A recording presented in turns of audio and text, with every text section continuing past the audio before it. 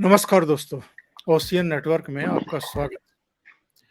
Italy में G7 summit में भाग लेने के लिए प्रधानमंत्री नरेंद्र मोदी रवाना हो चुके हैं और जिस समय हम यह प्रोग्राम रिकॉर्ड कर रहे हैं, इससे कुछ समय बाद तो वो लैंड भी करने वाले हैं। लेकिन चर्चा किस बात की हो रही है? चर्चा इस बात की हो रही है कि वहाँ की जो प्रधानमंत्री हैं मेलोनी, वो जितने भी राष्ट्र प्रमुख पहुँच रहे हैं, उनका हाथ जोड़ कर के अभिवादन कर रही हैं, अभिनंदन कर रही हैं। और जाहिर है, जब G20 सम्मेलन में यहाँ नई दिल्ली आई थी, तो प्रधानमंत्री नरेंद्र मोदी ने भी राजघाट में ठीक इसी अंदाज में एक स्थान पर खड़े होकर आने वाले सारे मेहमानों का हाथ जोड़ कर के अंग वस्त्रम उनको पहना करके स्वागत किया था।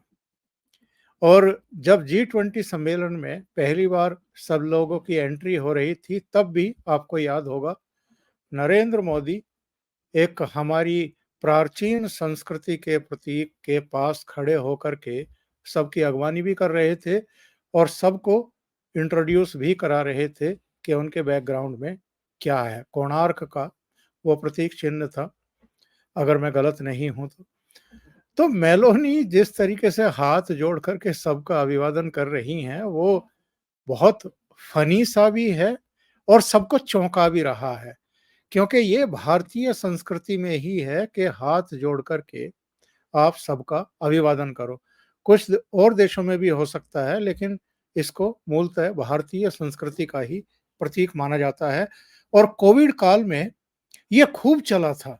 कई देशों में इसको अंगीकार कर लिया गया था, क्योंकि डिस्टेंस की बात हो रही थी कि हाथ नहीं मिला सकते और गले भी नहीं मिल सकते हैं। तो हाथ जोड़ करके कई राष्ट्र प्रमुख उस समय एक दूसरे का अभिवादन अभिनंदन करते हुए देखे गए थे। इस पर भी चर्चा करेंगे कि नरेंद्र मोदी और मेलोनी को लेकर के जो ये सोशल मीडिया पर तमाम तरह के मीम बनाए जाते हैं, मजे लिए जाते हैं, और क्या ये दोनों राष्ट्र प्रमुख यानी हमारे प्रधानमंत्री और इटली की प्रधानमंत्री भी इस पर मजे लेते होंगे कि किस तरह की बातें सोशल मीडिया पर चल रही हैं, या ऐसे ही लेते होंगे अगंभीर तरीके से? कुछ और मुद्दे हैं, उन पर भी चर्चा करेंगे। जैसे हिमाचल प्रदेश ने दिल्ली को पानी देने से मना कर दिया। उसका कहना है कि हमारे पास तो अतिरिक्त पानी ही नहीं है कि हम दिल्ली को पानी दें। तो क्या ये साइड इफेक्ट हैं जो दोस्ती टूटी है कांग्रेस और आम आदमी पार्टी की? इसके अलावा कर्नाटक से भी ये खबर आ रही है, येदियुरप्पा को गिरफ्तार करने की कोशिश हो रही है, और इस उम्र में अगर उनको गिरफ्तार किया जाता है तो कहीं ये लेने के देने ना पड़ जाए कांग्रेस सरकार को, क्योंकि आंध्र प्रदेश में हम देख चुके हैं जगन मोहन रेड्डी एक गलती कर चुके थे चंद्रबाबू नायडू को गिरफ्तार करने की, और चंद्रबाबू नायडू ने अब 95% सीट जीत करके सत्ता में वापसी की है। एक और घटना हुई है। घटना ये है कि हमारे 12 फिल्म पर सुप्रीम कोर्ट ने रोक लगा दी है। जो सुप्रीम कोर्ट ये कहती आई है कि साहब, अगर आपको फिल्म और उसका कंटेंट पसंद नहीं है, विषय पसंद नहीं है, तो आप ना देखें, हम तो फिल्म को नहीं रोकेंगे। वो अगर हमारे 12 फिल्म पर रोक लगा रही है तो इस पर चर्चा स्वाभाविक है।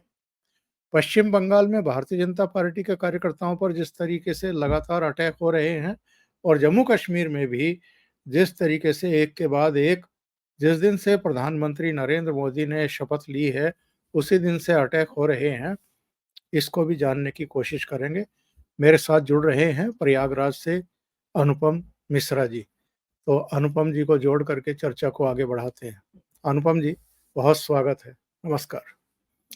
तो अनुपम जी, सबसे पहले तो हम कुछ दर्शकों को चित्र दिखाएं जरा मेलोनी के, जो वहां पहुंचने वाले राष्ट्र प्रमुखों का हाथ जोड़ करके अभिनंदन कर रही हैं, स्वागत सत्कार कर रही हैं। और ये अपने आप में बहुत फनी भी लग रहा है, अजीब सा भी लग रहा है, क्योंकि यूरोपियन कंट्रीज में ये परंपरा एक्चुअल में है नहीं, लेकिन फिर भी वो ये कर रही हैं। तो इसको लेकर के सोशल मीडिया पर तो तमाम तरह की बातें चल रही हैं। आपकी राय क्या है इसको लेकर के? देखें, ये बात सिर्फ मेलोनी की नहीं है। उन्होंने तो जो किया वो किया ही। एक बड़ी बात ये है कि अगर आप वीडियोस देखेंगे तो कई राष्ट्राध्यक्षों ने उनको नमस्ते करके ही जवाब भी दिया। और बात नमस्ते की नहीं, देखें आप, आपने देखा होगा कि 2014 से जब से नरेंद्र मोदी आए हैं, तब से उन्होंने भारतीय संस्कृत का कुछ बहुत ही एग्रेसिव तरीके से एक उसका बढ़ावा किया। और आप सऊदी अरब में लोगों को योग करते देख रहे हैं। आप सऊदी अरब में, आप मुस्लिम कंट्रीज में, यूनाइटेड अरब एमिरेट्स में, संयुक्त मतलब जहां पे आपका संयुक्त अरब अमीरात में आप लोगों को प्राणायाम करते देख रहे हैं। तो योग आ गया, प्राणायाम हो गया, सूर्य नमस्कार करते देख रहे हैं। इन सबके आगे अगर आप देखेंगे तो मेलोडी का नमस्ते आपको बहुत छोटा लगेगा। इन सब चीजों के आगे मतलब मेलोडी का ये नमस्ते वाली जो चीज है, तो ये जो नमस्ते और नमस्कार वाला है, ये सब उसमें कोविड में भी चला था, अगर आपको याद हो। कोविड में भी कई राष्ट्राध्यक्षों ने नमस्ते का एक अम, वो इसको अपनाने की कोशिश की थी, जब वहां पे हाथ मिलाने और टच करने के लिए मना किया जा रहा था। और नमस्ते तो बहुत छोटी चीज है। आपने तो एक विदेशी राष्ट्राध्यक्ष को पैर छूते भी देखा है। जी हाँ। आपने एक विदेशी विदेशी पॉप सिंगर को एक आपने स्टेज पे नरेंद्र मोदी की पैर छूते देखा है। तो ठीक है, अब किसी को अच्छा लगे किसी को बुरा लगे, देखिए मेरा अपना मानना है। अक्सर मेरे को लोग कहते हैं आप ऐसा बोलते हैं वैसा बोलते हैं, मैं भाई, मैं अपनी अपना इंटरप्रिटेशन तो कम देता हूँ। मैं कोशिश करता हूँ मैं तथ्यों तक रहूं। तो अगर मेलोनी नमस्ते कर रही है तो ये तथ्य है। अगर उनको तमाम राष्ट्राध्यक्ष नमस्ते में जवाब दे रहे हैं तो ये भी एक तथ्य है। अगर एक राष्ट्राध्यक्ष पैर छू रहे हैं हमारे प्रधानमंत्री के तो वो भी एक फैक्ट है। और अगर एक वर्ल्ड फेमस पॉप सिंगर एक एक एक वेस्टर्न वो नरेंद्र मोदी के पैर छू रही तो वो भी एक तथ्य है। अगर इस्लामिक कंट्रीज में योग हो रहा है तो वो भी एक तथ्य है। अगर वहां प्राणायाम हो रहा है, सूर्य नमस्कार हो रहा है तो वो भी एक तथ्य है। और आंकड़े झूठ नहीं बोलते। अब तथ्य सामने है और ये सब आपने पहले तो कभी देखा नहीं। तो जाहिर सी बात है 2014 के बाद भारतीय संस्कृत को भारत के बाहर ले जाने के लिए हम नरेंद्र मोदी को श्रेय दे सकते हैं। और बाकी तो जिनको विरोध करना है वो करेंगे। प्रधानमंत्री जब शाम को रवाना हुए तो ये प्रवेश द्वार पर ऊपर सीढ़ियां चढ़ने के बाद उनका एक दृश्य था, और इस पर भी कई तरह के कमेंट हैं। कोई उनको किसी हीरो की तरह दिखने हुआ वाला बता रहे हैं। लेकिन एक और चित्र सोशल मीडिया पर वायरल था, वो ये था। प्रधानमंत्री और मेलोनी का एक पुराना फोटो है, और दोनों, मेलोनी तो ज़्यादा ही चहक रही हैं और नरेंद्र मोदी भी अपनी हंसी रोक नहीं पा रहे हैं।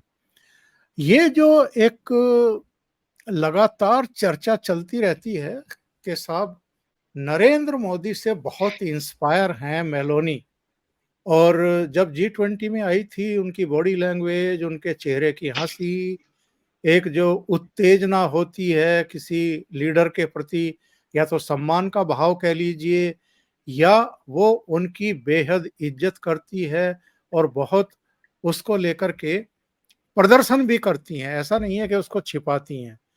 तो ये वहां तक सीमित है, या जो सोशल मीडिया पर तमाम तरह की अटकलें, मजाक और मीम और तमाम दूसरी चलती हैं, इनको अपना काम करने दें और उन दोनों राष्ट्र प्रमुखों को अपना देखिए काम करने दें? देखिए ये मेरा अपना मानना है कि अ, इसको अदरवाइज ना लिया जाए। पर मुझे चले ठीक है, कुछ लोग इसको मजाक का साधन बनाते हैं। आपने देखा हो नेहरू और लेडी माउंटबेटन को लेकर इस तरह की बातें होती थी। इंदिरा गांधी का नाम तमाम लोगों से जोड़ा जाता था। राजीव गांधी का जो, सब ठीक है। तब सोशल मीडिया नहीं, तब सोशल मीडिया है, जाहिर है तो ऐसी बातें ज्यादा होंगी। लेकिन मेरा अपना मानना है कि इस समय इसको दर्शक बहुत नक्शल में समझ ले। पूरे यूरोप में और अमेरिका में दक्षिणपंथी बयार बह रही है। अमेरिका में डोनाल्ड ट्रंप आपके सामने है। अभी आपने हॉलैंड में देखा, नीदरलैंड्स में देखा, जीट वाइल्डर्स को आपने देखा, उनके बयान देखे। आपने अभी 2 दिन पहले ली पेन की पार्टी को आपने देखा, उन्होंने मैक्रोन की पार्टी को साफ कर दिया यूरोपियन यूनियन में। आपने देखा कि जर्मनी में राइट विंग फोर्सेस ने चुनाव जीत लिया। आपने देखा ऑस्ट्रिया में जीत लिया। आप पोलैंड में देख रहे हैं उनकी राइट विंग गवर्नमेंट्स है, वो तैयार ही नहीं है बिल्कुल किसी भी इमाइग्रेशन, किसी भी मुस्लिम शरणार्थी को जगह देने के लिए। आप और बाकी चीजें जाने दें जिनको एकदम स्वर्ग माना जाता है, Scandinavian countries, Norway Norway, Finland, Sweden, वहां पे आप देखें राइट विंग फोर्सेस आ चुकी हैं। तो जितनी दक्षिणपंथी सरकारें आ रही और एकदम बयार बैरी जैसे मैंने कहा, कारण कारण ये है कि पिछले 35 साल से मध्य पूर्व में लगातार युद्ध चल रहा है। गल्फ वॉर से जो शुरू हुआ था लगातार चल रहा है। तो साहब ईरान में चल रहा है, इराक में चल रहा है, लीबिया में चल रहा है, सीरिया में चल रहा है, यमन में चल रहा है, आप एकदम अफगानिस्तान में चल रहा है, तो चलता ही जा रहा है। तो बड़ी मात्रा में यहां से 35 साल में मुस्लिम शरणार्थी अमेरिका और यूरोप पहुंचे। और उसके बाद सबसे ज्यादा आसान उनके लिए ग्रीस और इटली जाना होता है। तो ग्रीस और इटली के जरिए पूरे अगर आप मैप देखेंगे तो आपको आइडिया हो जाए। और तो उसके बाद वो पूरे यूरोप पे फैल जाते हैं। अमेरिका भी बड़ी मात्रा में पहुंचे। जहां जहां ये पहुंचे तो बन के तो शरणार्थी पहुंचे, लेकिन कुछ ही दिन बाद इन्होंने कानून बताना शुरू कर दिया। तो कोई कभी शरीयत लागू करने की मांग, तो कभी देश को इस्लामिक करने की मांग, तो शरीयत पे ट्रोल चल रहे हैं, तो बुर्का चल रहे, तमाम चीजें उन्होंने एकदम उस देश का कल्चर बदल दिया। तो 3.5 दशक बहुत लंबा समय होता है।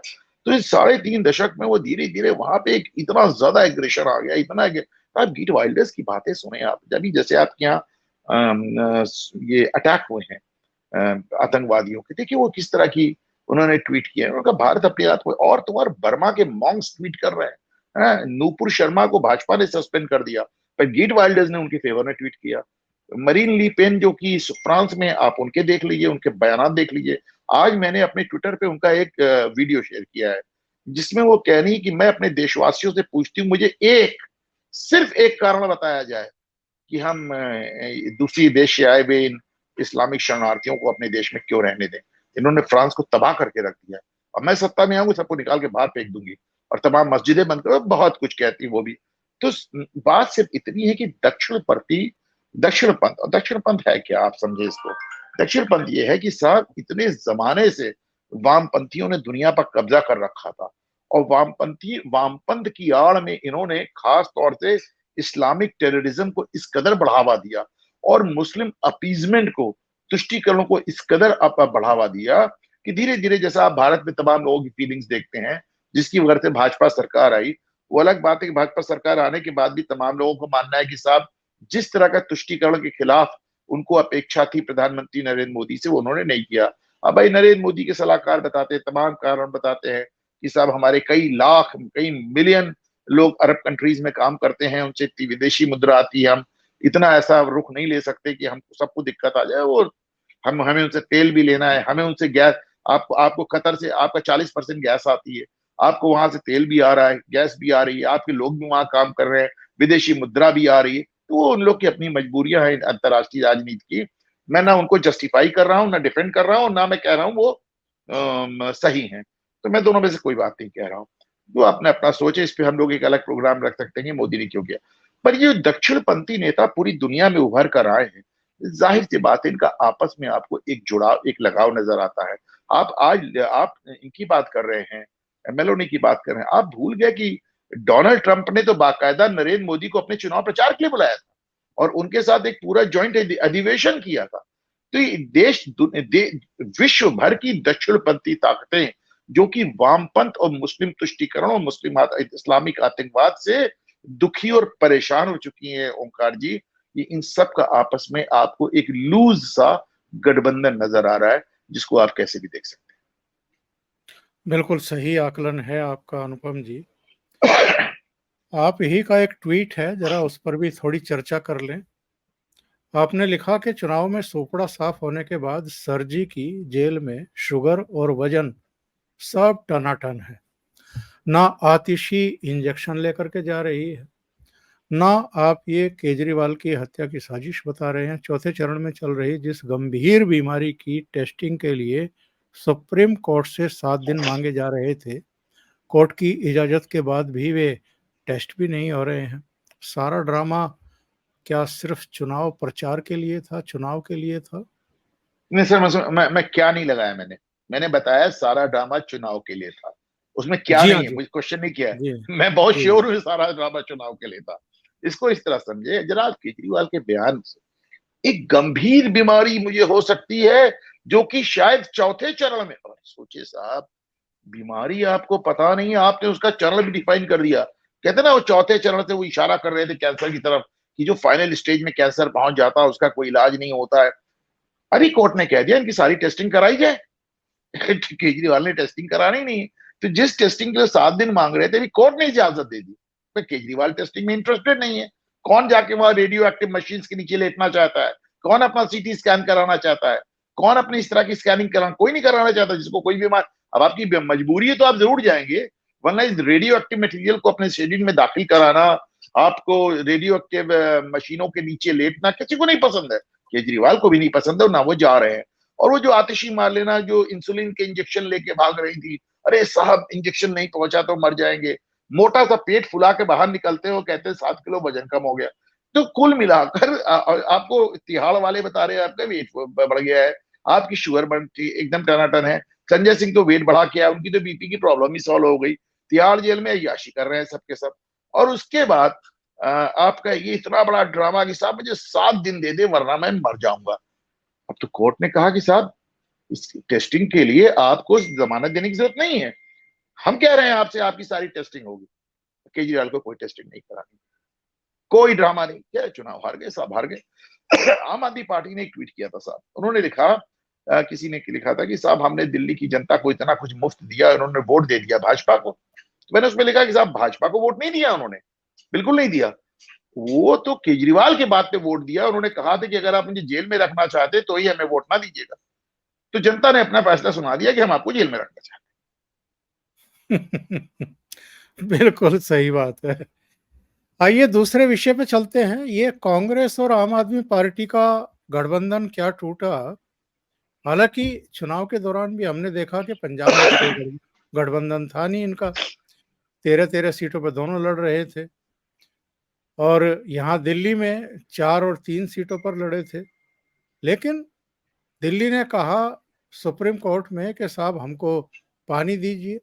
आम आदमी पार्टी ने, उन्होंने कहा कि हिमाचल से हमने मांगा है, हिमाचल को आदेश दिए गए 137 क्यूसेक पानी दे दिया जाए।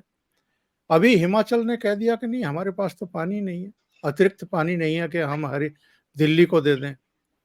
तो ये मतलब इलेक्शन ओवर तो रिश्ता भी ओवर और लिहाज भी खत्म। अब कांग्रेस कह रही है कि नहीं हमारे पास तो पानी नहीं है दिल्ली को देने के लिए। सब एक कानूनी बात आपको बता दूं, और अब थोड़ा सा मुझे नाराजगी भी है। ये मेरा और आपका काम नहीं है ये बातें बताना, ये भारतीय जनता पार्टी का काम है ये बातें बताना। आम आदमी पार्टी ने कोर्ट में पिटीशन ये डाली कि हिमाचल प्रदेश से, दिल्ली से, हरियाणा, इन लोगों से कहा जाए कि हमको अतिरिक्त पानी दे दें। अपने हिस्से का पानी तो हजम कर चुके, अतिरिक्त पानी दे दें। और बाहर निकल के आतिशी मार लेना। इंटरव्यू जो वो प्रेस कॉन्फ्रेंस करती हैं तो वो ये कहती हैं कि साहब हमको हमारे हिस्से का पानी नहीं मिल रहा है। अंतर समझें, उनके हिस्से का पानी उनको मिल चुका है। ये मर्सी अपील है कि साहब हमको अतिरिक्त पानी दे दे, कोर्ट के ऑर्डर देके जो बैच है वो देके ये कह रहे हैं कि साहब अपने हिस्से का पानी तो हमारा लीकेज में चला गया। और लीकेज में कहां जा रहा है? देखिए ढेर सारे इंटरनेट पे वीडियो, जो आपने रोहिंग्या बस्तियां बसा रखी हैं वहां पर लोग पाइप काट के लीक कर रहे हैं, उनको तो फर्क पड़ता नहीं, उन्होंने अपना पाइप काट के लीकेज कर लिया। 1 गिलास पानी लिया और 1000 टन पानी उन्होंने बहा दिया नाले में, गंदे नाले में पानी बह, नहा रहे हैं बढ़िया। तो आप पिल्फरेज रोक नहीं पाए, इसीलिए कोर्ट ने आपको डांटा। एक चीज और देखें, कभी कभी लगता है कर क्या रहे हैं भाजपा प्रवक्ता। कोर्ट ने केजरीवाल सरकार को कल झूठ बोलने के लिए डांटा है। कहा है कि आप सब कोर्ट में झूठ बोल रहे हैं, हम आप खिलाफ कार्रवाई करेंगे।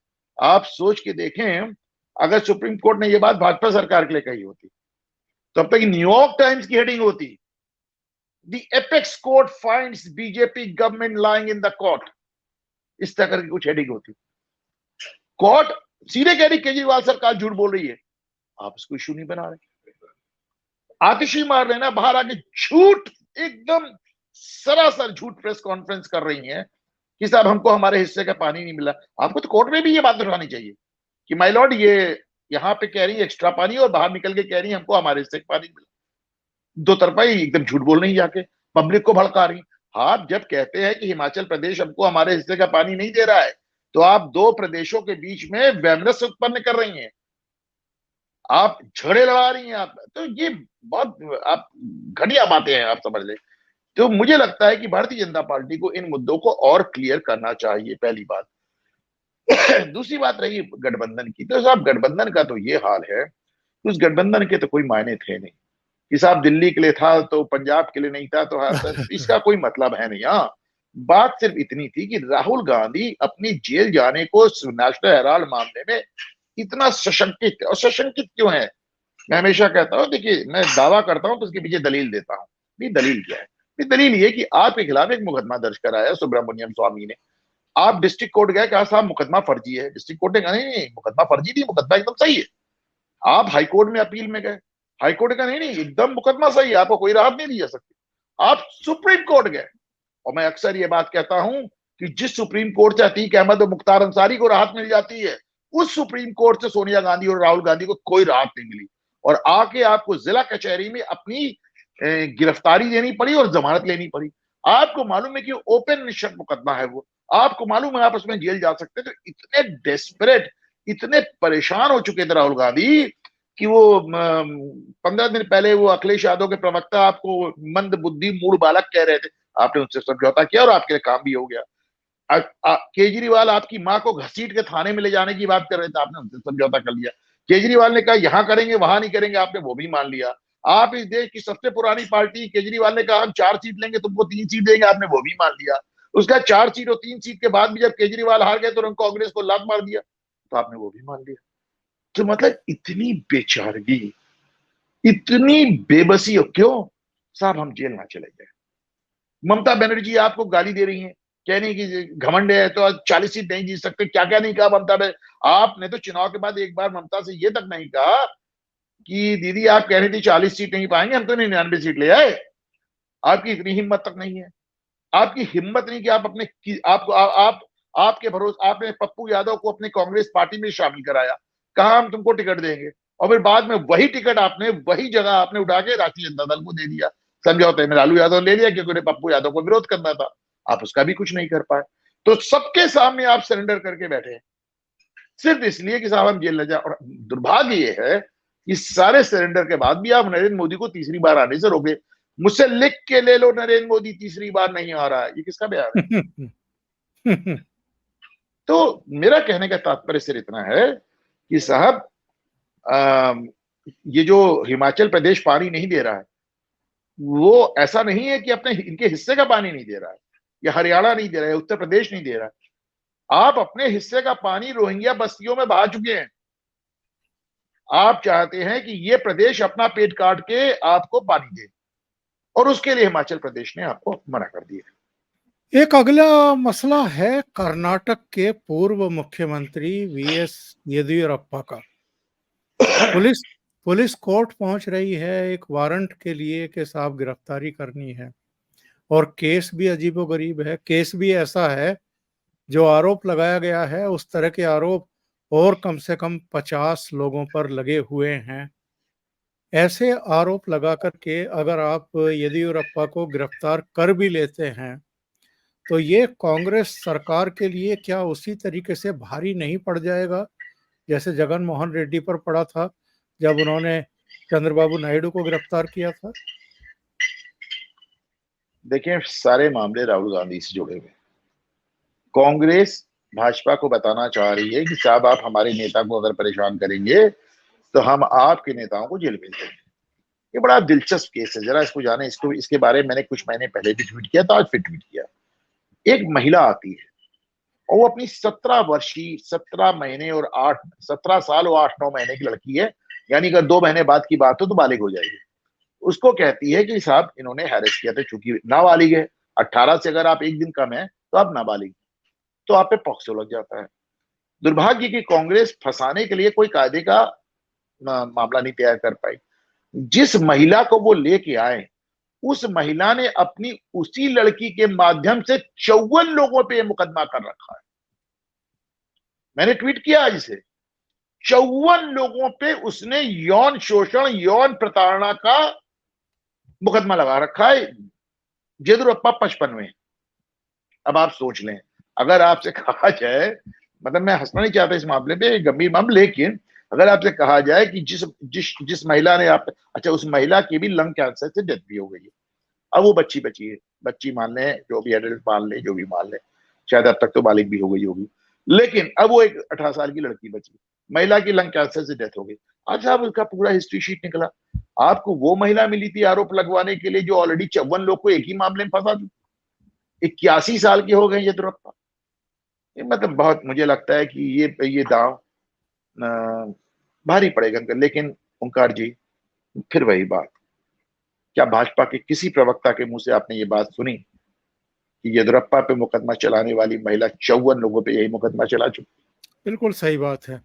और जब हम भाजपा की या भाजपा प्रवक्ता या लीडरशिप की बात करते हैं, तो साहब पश्चिम बंगाल भी याद आता है, जब विधानसभा चुनाव के नतीजे आए थे और उसके बाद जो हिंसा हुई थी।